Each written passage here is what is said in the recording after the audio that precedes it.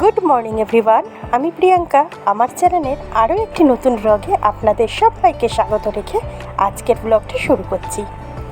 তো দেখতেই পেলেন এখন বাজে ঘড়িতে 6:30। তো এই 6:30টার মধ্যে আমার ভাত, কুঁদরি আলুর ঝাল আর ওদিকে মাছের ঝাল বসিয়েছি। মাছ ফ্রিজে দুটোই ছিল। তোমাদের দাদাভাই ডিউটি বেরোবে, রান্না কমপ্লিট, কিছুটা রান্নাবান্না কমপ্লিট করে আজকে যেহেতু বৃহস্পতিবার, সেই জন্য ভালো করে দেখো ঘর দুয়ার ঝাঁট দিয়ে নিচ্ছি। আর আজ থেকেই আমাদের রঙের কাজ শুরু হয়ে যাবে। আর একটু পরেই ওনারা চলে আসবেন আমাদের বাড়িতে রং করতে। অবশ্য আজকের হবে প্রাইমার আর কাল থেকে হবে রং। এখনও ঘরে সেরকমভাবে টেম্পোরারি ইলেকট্রিকের বোর্ড আমার বর করে দিয়েছে। ফাইনাল কাজটা পরে হবে, ঘরটা রং হওয়ার পর। তো দেখতে পাচ্ছ আমি সুন্দর করে ঘরগুলি ঝাড় দিয়ে নিচ্ছি।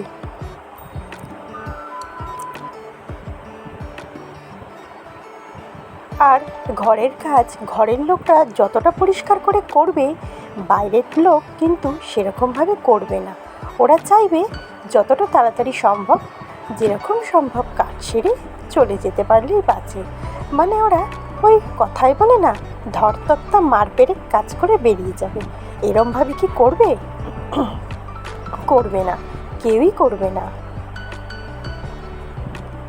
তো সুন্দর করে সব কিছু ঝটঝট দিয়ে নিলাম।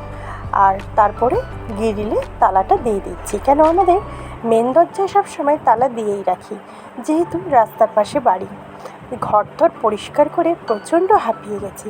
এখন বসে একটু জল খেয়ে নিচ্ছি। আর জলটা এনেছি ঠান্ডা জল। আমি না ঠান্ডা জলই খাই সবসময়। তো জল টল খেয়ে একটু বসে নিয়ে ভাবলাম না, বস থেকে কাজ নেই, বাইরে তো বৃষ্টির ধারা চলছে। ঠাকুরের বাসন মেজে চলে গেলাম স্নান করতে। স্নান সেরে এসে, যেহেতু প্রথমেই বললাম বৃহস্পতিবার, তো সুন্দর করে পুজো করে নিলাম। আর তারপরে রান্না করব। সকালে কিছুটা রান্না হয়ে গেছে করা, তবুও বাকি রান্না তো বাকি আছে। বাকি রান্না বলতে আজকের করেছিলাম কিশমিশ আর নারকেল দিয়ে ভাজা মুগের ডাল আর চিচিঙ্গে আলু পোস্ত। আমি না কোনো দিনও এই রান্নাটা আগে করিনি। ঝিঙে আলু পোস্ত করেছি, আলু পেঁয়াজ পোস্ত করেছি, শুধু আলু পোস্ত করেছি, কিন্তু এই চিচিঙ্গে আলু এই ফার্স্ট টাইম করছি। আর ফার্স্ট টাইমও খেয়েছি, তবে খেতে বেশ ভালোই হয়েছিল। আর আমার হেল্পিং হ্যান্ডকে দেখলে এসে একটু নেড়ে চেড়ে দিয়ে গেল। আমি পোস্তটা বাটছিলাম দেখে। তো প্রথমে কড়াইতে কালো জিরেটা দিতে ভুলে গেছিলাম, ঝপ করে আলুটা ঢেলে দিয়েছি।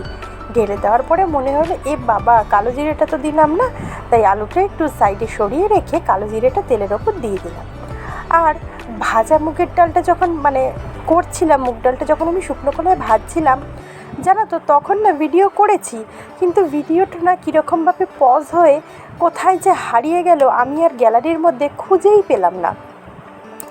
মুগ ডালটা ভেজে ভালো করে ধুয়ে প্রেসারে দিচ্ছি। আমি পুরোটাই ভিডিও করেছিলাম, কিন্তু ভিডিওটা আমার থেকে হারিয়ে গেছে। তোমাদের সঙ্গে এরকম কি হয়? কাদের কাদের হয় এরকম, আমাকে অবশ্যই কমেন্টে জানিও। তারপরে দেখতেই পেলে চিচিঙ্গেটা দিয়ে ঢেকে দিয়েছিলাম। আর ঢাকনাটা খুলে দেখলাম চিচিঙ্গেটা বেশ ভালো মজে গেছে। আর একটু নাড়াচাড়া করে রেখে দিলাম।